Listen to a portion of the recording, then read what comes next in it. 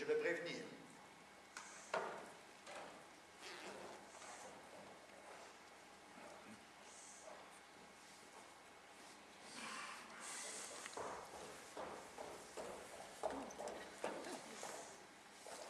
Mais vous êtes fou?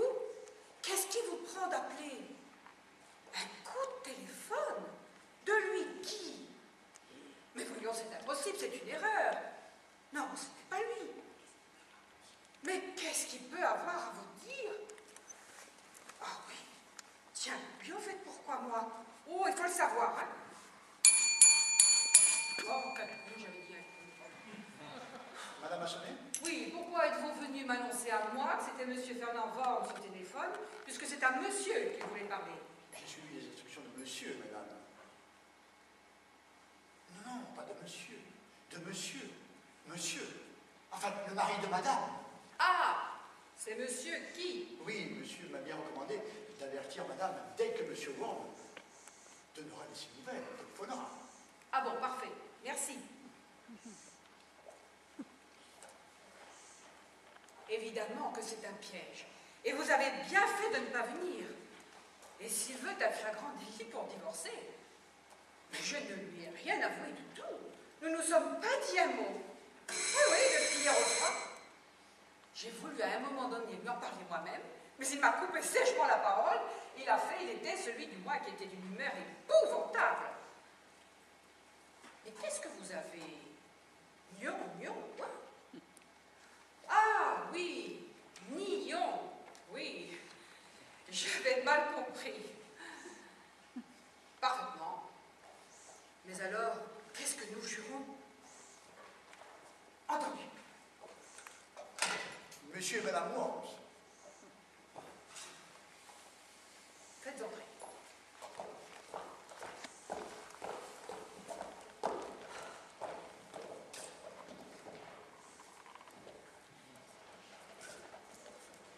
Oh, pardon, Lucie, je ne vous avais pas vu. Mais qu'est-ce qui se passe ici? Mais je n'en sais rien. Pourquoi êtes-vous venus tous les deux? Et parce que j'ai reçu, il y a 1 heure, un télégramme de votre mari. Soyez sans faute, ta femme et toi, à 8 heures chez moi, il le faut, signé Jean. Je viens d'avoir un appel de Fernand qui me dit que c'est par téléphone que Jean l'a convoqué. Il se refuse à venir, reconnaissant que c'est plus prudent. Et vous étiez informé, vous, Lucie? Non, pas du tout. Mais c'est plus qu'étrange, ça. Ne seriez-vous pas victime d'un mystificateur? Mais non, le valet de chambre est au courant, et puis ça, c'est bien son écriture, comme c'est bien sa voix au téléphone, ça, Fernand est formé là-dessus. Alors, écoutez, les enfants, il se passe cependant quelque chose d'étrange. Savez-vous que ce matin, je suis venu chez vous? Ah, non, je ne le savais pas. Et à quelle heure? Il a dû recevoir une dame en grand deuil ce matin. Oui, parfaitement, à 10 heures. Eh ben voilà, c'est justement à cette heure-là que je suis venu. Mais pourquoi veniez-vous? Parce que, je n'en pouvais plus. Je voulais le voir.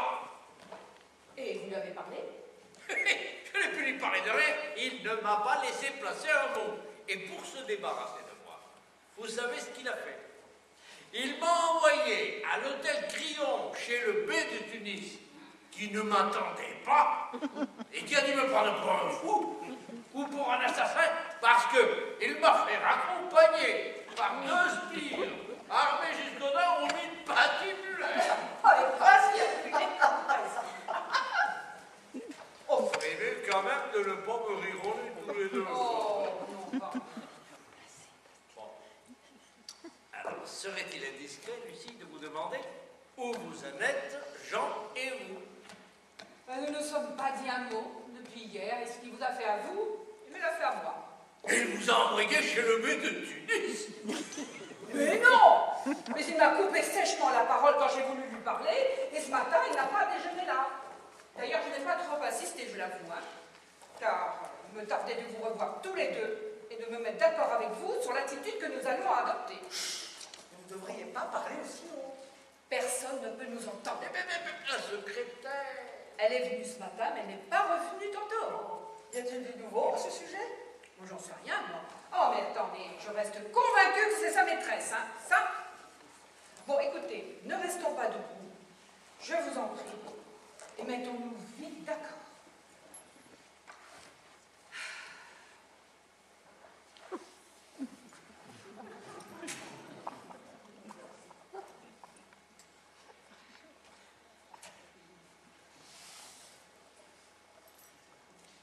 Et qu'est-ce que ça veut dire, ce que vous venez de faire, là?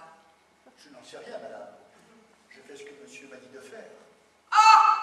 Ça y est, cette fois, il s'est tué. Non, mais ça va pas recommencer cette histoire-là.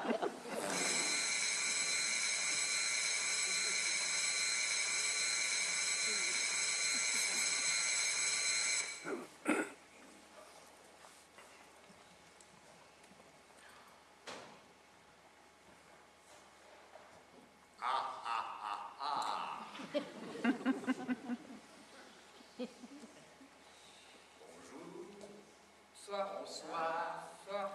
Bonsoir. Bonsoir.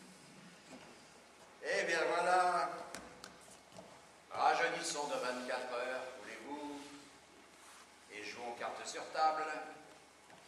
Prends-moi mon testament d'abord pour commencer. Mais Non, non, mais allez, rends-le-moi, il est dans ton corsage. Allez, pose-le là, n'importe où. Voilà. C'est trop beau, n'est-ce pas, ce qui nous arrive? Ce serait folie de ne pas en profiter. Non seulement pas que les victimes, soyons-en aussi les spectateurs. Et ne me privez pas du plaisir amer de vivre avec vous ce quart d'heure instructif. Indiscrétion involontaire, et justifiée, je dirais même, de Lucie, nous met dans une situation absolument exceptionnelle. Profitons-en. À la faveur de cette indiscrétion, vous avez vu sortir du puits la vérité, dévêtue, aveuglante. J'ai sonné. Vous l'avez renvoyé d'un coup sec à son puits. Bon, 24 heures ont passé. Laissez-la reparaître. Et détaillons-la bien. Payons-nous ça, si j'ose dire. Car nous ne la reverrons peut-être plus jamais. Les minutes que nous vivons sont rares, vous savez. Et ce sont de ces choses qu'on ne voit généralement qu'en rêve. Heureusement d'ailleurs, car on a aujourd'hui un aperçu de ce que serait la vie si tout à coup les gens apprenaient la vérité les uns sur les autres. Il y avait pour vous 2 écoles, cacher le testament, taire et réfléchir, ce que vous avez fait instinctivement. Bon, ce que j'aurais fait à votre place aussi. D'ailleurs, ne vous ai-je pas donné l'exemple du mutisme et de la discrétion? Ou bien l'autre école, l'éclat, l'aveu, le drame immédiat, avec tout ce qui pouvait comporter d'imprévu, de cruel, et d'amusant peut-être. Ah, ce n'aurait pas été mal non plus. La sagesse, en principe, était de se taire. Qu'est-ce que ça a donné? Pas grand-chose. Ce que donne généralement la sagesse, du négatif. Car nous en sommes au même point. Eh bien, puisque nous en sommes au même point, repartons de ce point, voulez-vous. Reprenons le départ et voyons la seconde école. Et dans 2 minutes, nous serons peut-être en train de nous battre comme des chiffonniers tous les 4. Et ça aurait pu être tous les 5 si Fernand avait daigné venir. Est-ce que tu as fini de te foutre de nous? Eh bien, vous voyez, ça commence déjà. Adrien! Non, mais laissez, tu veux passer le premier, vas-y. Non, mais c'est normal hein, que ce soit toi qui commence à l'ancienneté, je t'écoute. Vas-y. Alors? Non. Quoi donc? Non, à ta place, je ne le prendrai pas sur ce ton-là. Pourquoi donc? Parce que je te préviens que tu n'es pas soutenu par la loi. Il y a prescription. Prescription? Ah oui, l'article 638 est formel sur ce point. Quel article 638? Celui du Code d'instruction criminelle. Oui, j'ai interrogé mon avoué. Figure-toi que l'adultère est un délit parfaitement prévu et puni par les articles 336-337 du Code pénal. Je pense bien. Oui, mais par conséquent, à ce délit peut également s'appliquer la prescription de 3 ans prévue à l'article 638 du Code d'instruction criminelle. Mais je m'en fous, moi, du code d'instruction criminelle. Tu peux t'en foutre, mais jusqu'à une certaine limite. Or, cette limite, nous l'avons dépassée et tu es en train de t'engager sur une route sans issue. Ah, mon ami, tu te fous du code d'instruction criminelle, mais mon ami, il te le rend bien. Tu ne peux plus divorcer pour ça, comprends-tu? C'est trop tard. Moi, je voulais nous rajeunir de 24 heures. Toi, tu veux le faire depuis 30 ans, tu exagères. Mais qui te parle de divorcer ici ce soir? Est-ce que tu me crois assez bête pour divorcer après 30 ans de mariage? Alors écoute, si tu n'es pas assez bête pour pouvoir divorcer, pourquoi n'es-tu pas assez intelligent pour te taire? Ah, pour me taire. Ah, tu voudrais bien que je me taise, hein? Pour ne pas t'entendre rappeler ta conduite inqualifiable. Non mais je t'arrête. Mais pas au nom de la loi cette fois-ci, au nom de la justice. C'est pas toujours la même chose. À l'époque dont on parle, souviens-toi, elle était bien jeune encore. Ben, toi et moi, nous ne nous connaissions que depuis 4 ou 5 mois. Et on ne se tutoyait même pas. Alors si tu veux me dire aujourd'hui ce que tu pourrais me dire, ce que tu aurais pu me dire à l'époque, eh bien dis-moi vous pour commencer. Hein? Et ne parle pas de l'amitié qui nous lie, car encore une fois, en ce temps-là, nous n'étions que des camarades. Et même pas de très bons camarades, hein, la preuve. Et c'est à la suite de ça que nous sommes justement devenus des amis. Et c'est précisément à cause de ça Que quoi? mais que depuis 30 ans, je ne suis pas pour toi un ami tout à fait inutile. Mais j'ai entendu, tu m'as prêté 150 000 francs pour m'installer. Ne parle pas si haut. Mais j'ai pas honte, je te les ai rendus, tes 150 000 francs. Oui. Oui, en 3 chèques de 50 000. Je peux parler? Oui, parle-me. Non, mais ça me gêne, devant ces dames. Viens. Oui, tu me les as rendus, mes 150 000 francs. Seulement moi, vois-tu, je n'ai jamais touché les chèques. Bah, je suis allé les chercher au coffre, tantôt, pour te les montrer, au cas où tu le prendrais sur ce ton-là. Tu as toujours cru que je n'avais pas d'ordre dans mes affaires, alors que, manifestement, c'est toi qui en manquais. Parce que je veux bien croire que si tu t'en étais aperçu, hein? Allez, tiens, pour ça aussi, il y a prescription. Et voyez-vous, c'est très amusant qu'une pareille aventure m'arrive à moi, car je me suis souvent demandé comment il se faisait qu'une canaille n'ait pas l'idée d'aller cambrioler de nuit le coffre-fort d'un grand notaire parisien pour y rafler les testaments d'une centaine de personnes. Vous imaginez-vous la fortune qu'il eût pu se faire en mettant son silence aux enchères? Mais qu'il se dépêche, hein, parce que dans une vingtaine d'années, ça ne sera plus possible. Et pourquoi non?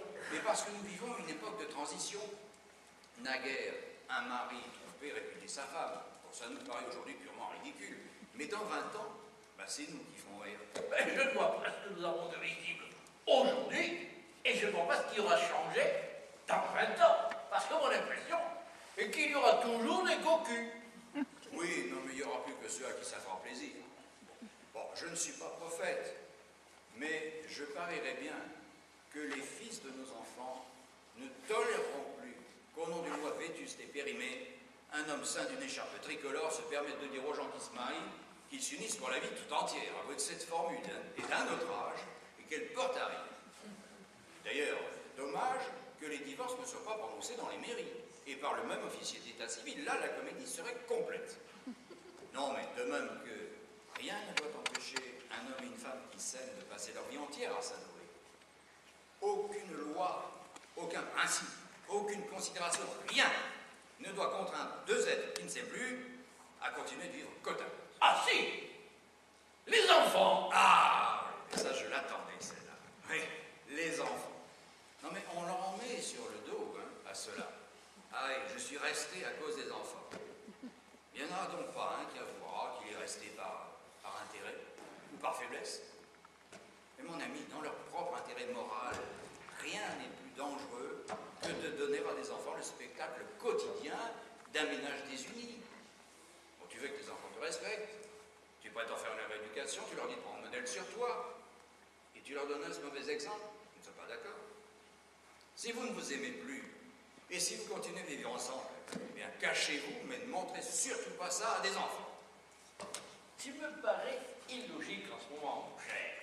Tout à l'heure, tu tournais en dérision le mari qui répudie sa femme, et te voilà maintenant partisan du divorce. Non mais, je me suis mal fait comprendre. Je suis partisan du divorce. Mais je ne considère pas que l'infidélité soit un crime, du tout. Oh, Non, du tout. Ah ben ça, il a peut-être un peu raison. Oui, non, en effet, ce n'est pas un crime. Tu vois, hein, je leur fais pas dire.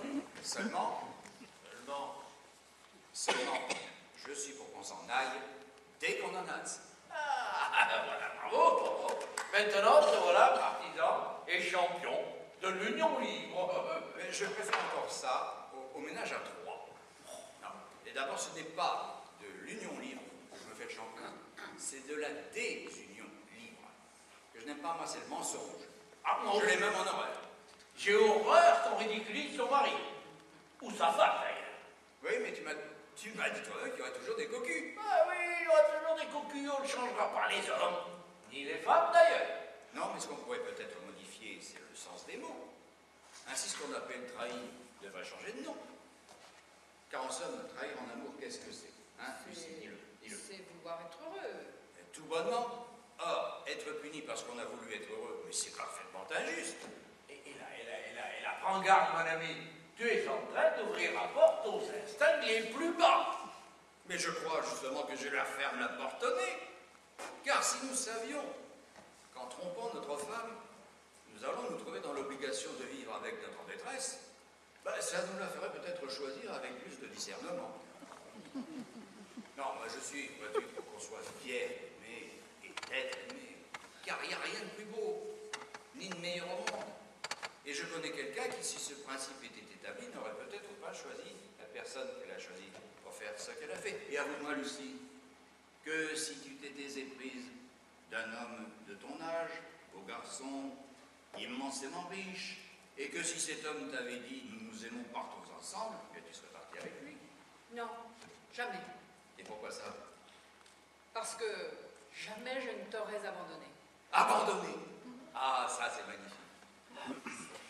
Mais une femme qui s'en va avec son amant n'abandonne pas son mari.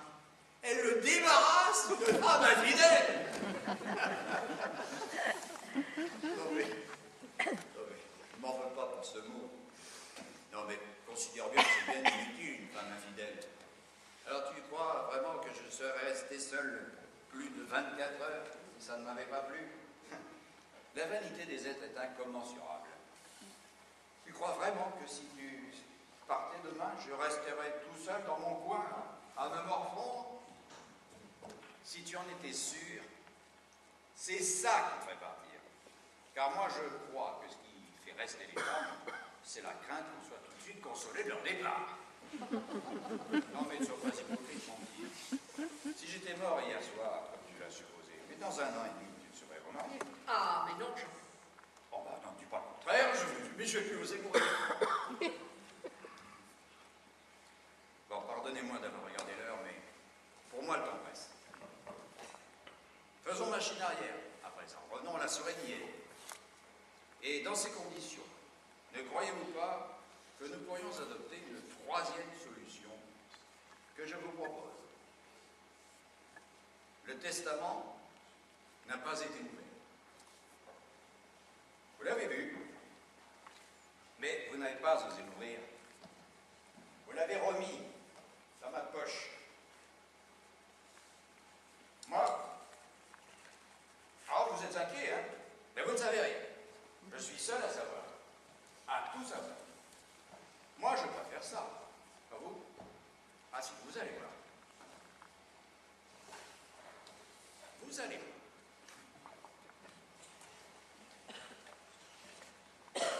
Je rentre, et qu'est-ce que je vois? Mon veston! Alors je saute dessus. Et puis j'en fais les chants, en m'excusant auprès des dames. Hein, voilà. Je fais rapidement l'inventaire de mes poches. Et je retrouve mon testament. Alors je respire. Hein, ma bonne humeur a déjà dissipé votre angoisse. J'en profite. Et je dis à ma femme, figure-toi, qu'à l'instigation du ministère des Affaires étrangères, la faculté vient de désigner 12 médecins chargés de la représenter au cours d'un voyage d'études, qui ne sera en somme qu'une tournée de propagande, et qui leur fera visiter successivement la Suède, la Norvège, l'Écosse, le Portugal, l'Espagne, le Maroc, la Tunisie, l'Égypte,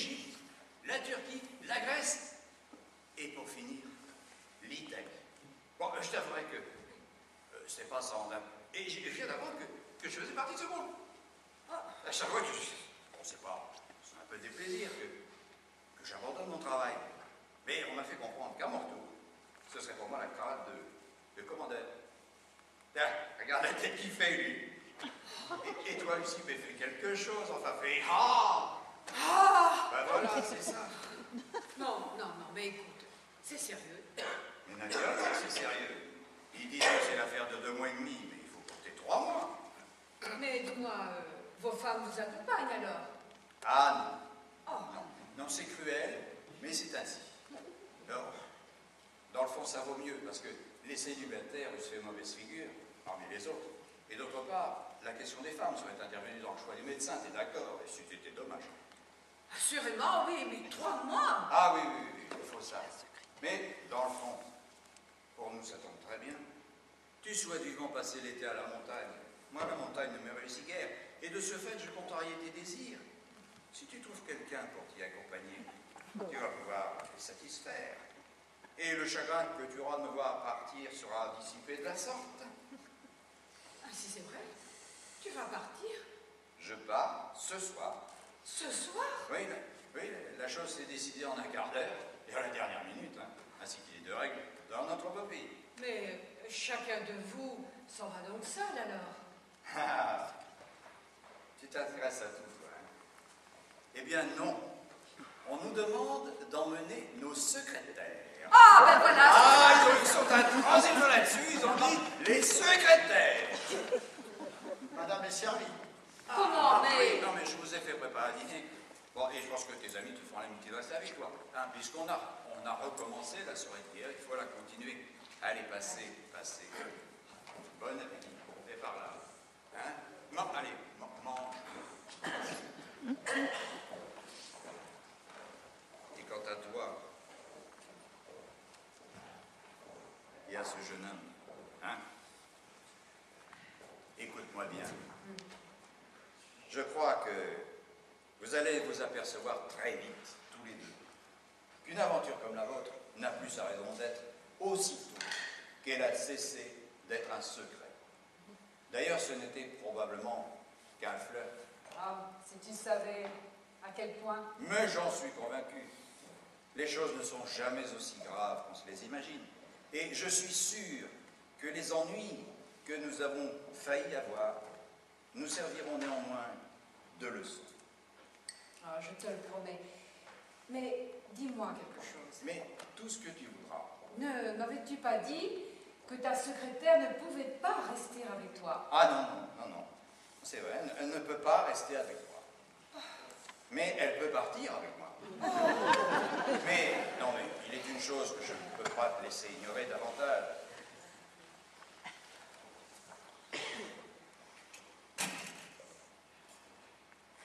Juliette.